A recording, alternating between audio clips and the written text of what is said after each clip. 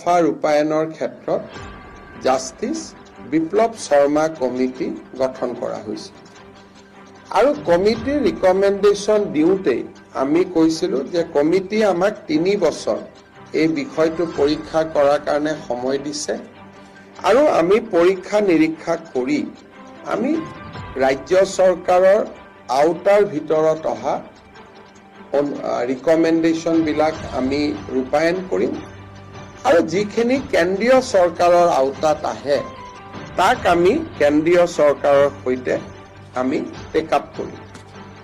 আজি আমি জাষ্টিছ বিপ্লৱ শৰ্মা কমিটিৰ ৰিপৰ্টটো কেবিনেটত পুংখানুপুংখভাৱে আমি আলোচনা কৰিলোঁ আৰু আলোচনা কৰাৰ পিছত ইয়াত টোটেল 67টা ৰিকমেণ্ডেশ্যন আছে, 67 ৰিকমেণ্ডেশ্যন আৰু এই 67 ৰিকমেণ্ডেশ্যনৰ 57 ৰিকমেণ্ডেশ্যন আজি আমি ৰূপায়ণৰ বাবে অনুমোদন কৰিছোঁ। অৰ্থাৎ জাষ্টিছ বিপ্লৱ শৰ্মা কমিটিৰ 67টা অনুমোদনৰ বিপৰীতে 57টা অনুমোদন আমি ৰূপায়ণ কৰাৰ বাবে সিদ্ধান্ত গ্ৰহণ কৰিছোঁ।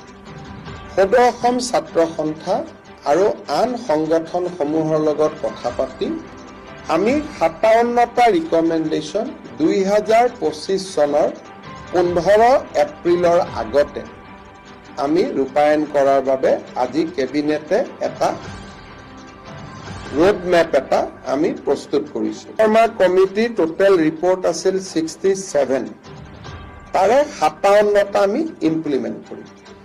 ইমপ্লিমেণ্টেশ্যনৰ পৰ্যায়ত যাওঁতে জনজাতীয় ভাষা সংস্কৃতি এইবিলাকৰ ওপৰত যাতে আঘাত নপৰে তাৰ কাৰণে আমি 6 শিডিউলত যিবিলাক অথৰিটি আছে ডিমা হাছাও, কাৰ্বি আলং আৰু বড়োলেণ্ড তেওঁলোকৰ অনুমতি লোৱাৰ পিছতহে সেই অঞ্চলবিলাকত এই ৰিকমেণ্ডেশ্যনবিলাক আমি ইমপ্লিমেণ্ট কৰিম।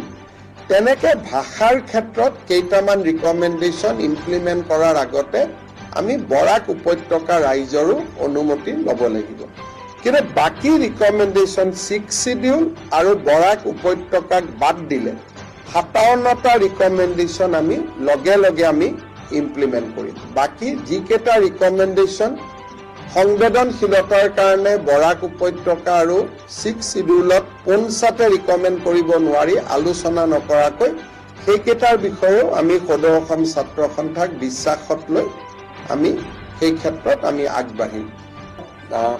আমি লোৱা ব্যৱস্থা, বিপ্লৱ শৰ্মা কমিটিয়ে লেণ্ডৰ ওপৰত দিয়া ব্যৱস্থা আৰু আমি ভাবি থকা আৰু নতুন ব্যৱস্থা, এই গোটেইখিনি যদি আমি লগ কৰি দিওঁ তেতিয়াহ'লে 2000 এপ্ৰিললৈকে অসমৰ অসমীয়া মানুহ, য'ত মই অসমীয়া বুলি কওঁতে বৰাকত মই বৰাকৰ জনগোষ্ঠীক বুজাইছোঁ বা জনজাতীয় লোকসকলক বুজাইছোঁ, আমি এটা ডাঙৰ সুৰক্ষা চক্ৰ এটা নিৰ্মাণ কৰিব পাৰিম।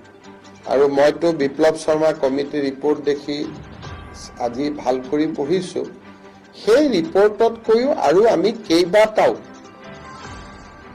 অতি মহত্বাকাংক্ষী ৰাজহ ব্যৱস্থা আমি ভাবি থৈয়ে দিছিলোঁ। এইখিনিতো কৰিমেই, লগত ইয়াতকৈও আমি আৰু কেইবাটাও আমি ইমপ্লিমেণ্ট কৰিম, যাৰ ফলত মোটামুটি মাটি অসমীয়া মানুহ বা অসমীয়া বুলি কওঁতে মই গোটেই খিলঞ্জীয়া জাতি জনগোষ্ঠী বুজাইছোঁ, আমাৰ হাতৰ পৰা যোৱাটো বহুত অসুবিধা হ'ব আৰু বহুত মাটি আমি ঘূৰাইও আনিব পাৰিম।